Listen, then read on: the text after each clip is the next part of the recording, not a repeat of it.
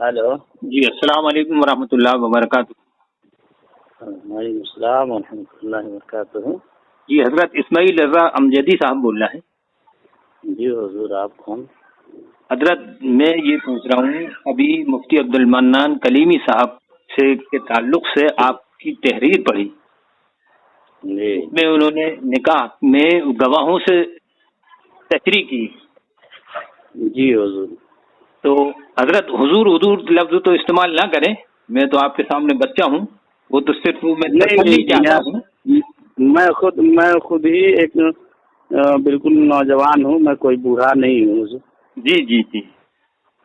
تو مسئلہ اصل یہ ہے کہ عام دیوبندی جی مفتی اعظم کی نظر میں جاہل جی بھی ہے، اور جاہل کے ساتھ اگر وہ دیوبندی ہے تو ظاہر ہے کہ اس سے کوئی ایسا ارتداد ظاہر نہیں ہوتا، تو اس کو کافر تو نہیں کہہ سکتے نا حضرت. جی جی بولیے، بولا جائے.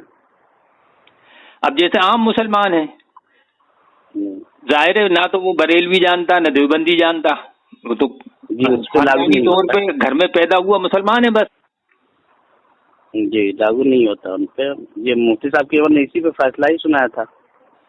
حضرت اب یہی بات مراد آباد میں پاک باڑہ میں نماز جنازہ پڑھائی تھی مفتی ایوب صاحب نے. اچھا.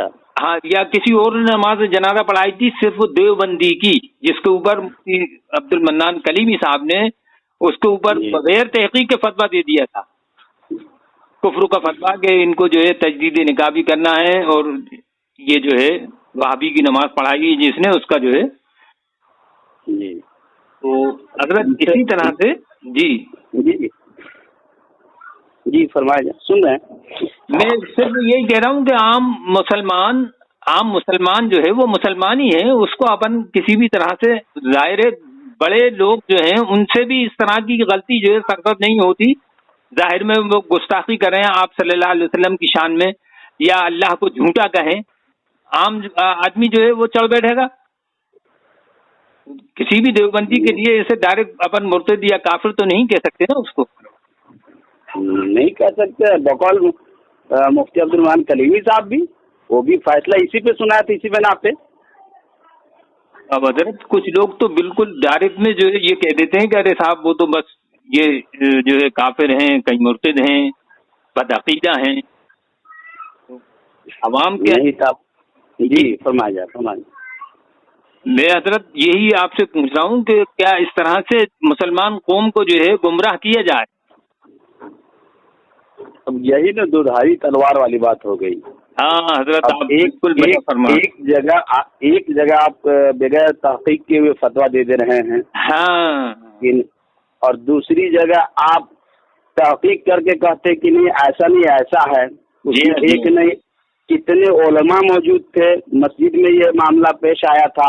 جی جی. اور اس میں کیا بتاؤں، اس میں بہت سارے لوگ تھے، گاؤں کے بھی بہت سارے لوگ تھے، جو بھی گاؤں کے نمائندے ہیں وہ لوگ تھے.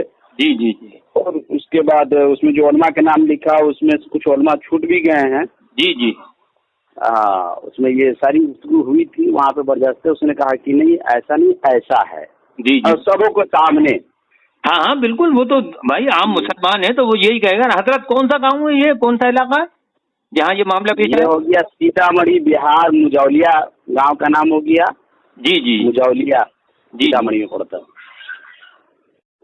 اب وہ مسئلہ یہی ہے حضرت، مراد آباد میں پاک باڑہ میں خالی نماز جنازہ پڑھانے پہ کفر کا فتویٰ لگا دیا تھا یہی مفتی عبد المنان کلیمی صاحب. اب ان سے حضرت سوال کیا جائے، جی آپ نے مجولیا میں اس طریقے سے کیوں فیصلہ کیا؟ ہاں بالکل.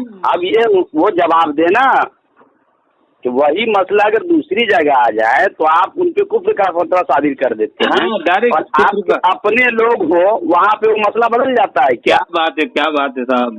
یہاں پہ غالباً انہوں نے رشتے داری کمائی ہے، ٹھیک ہے. جو مولانا اس میں پھنسے تھے جی جی وہ ان کے بڑے قریبی ہیں اور ان کے رشتے دار ہیں. ہاں ہم نے وہ تاریخ جس روز یہ فیصلہ ہوا جس دن میں، جی اس کے 3 روز بعد کا رکھنے والا تھا. کیا بات ہے. اور وہ کہا کہ 3 روز پہلے وہ بلا لیے ان کو، کلیمی صاحب کو. اور ایک بیگ زہر بعد فون کرتے ہیں کہ مسجد میں آئیے ضروری کام ہے. جی جی. کہا کہ بھائی کیا کام ہے, گئے وہاں دیکھتے ہیں یہ تو سارے لوگ گروپ بندی کر کے بیٹھے ہوئے ہیں. جی یہی سے مسئلہ ہے. بہت ساری باتیں تھی, اب اس میں وہ ان سے سوال لوگ کرے نا. ہمارا جو کام تھا وہ تحقیق اگر کرنا ہے تو جن کا یہاں نام ہے ان سے بھی دریافت کر سکتے ہیں. جی جی. اب وہ تو ان کو سمجھ میں آ جائے گا. آپ تو ماشاءاللہ بیدار مغز ہیں, اور عام مسلمان کو تو کسی بھی طرح سے اس طرح سے نہیں کہنا چاہیے, چاہے وہ کسی بھی اس سے تعلق رکھتا ہو. آخر مسلمان ہے صاحب, کلمہ گو ہے, قرآن پڑھتا ہے, نماز پڑھتا ہے. کون ایسا کرتا ہے کہ صاحب کسی کی شان میں جو ہے گستاخی کرے گا اور اپن سن لیں گے اپنے سامنے جو ہے وہ کر دے گا ایسا؟ کیسے کوئی سن لے گا, کیسے کوئی گستاخی کر دے گا؟ جی بھلے دیوبندی وہابی کے لفظوں سے اپن ان کو مخاطب کریں یا پوچھیں پکاریں, لیکن کیا اپنے سامنے وہ اس طرح کی گستاخی کرتے ہیں؟ نہیں. جی ایسا کوئی کرے گا ہی نہیں.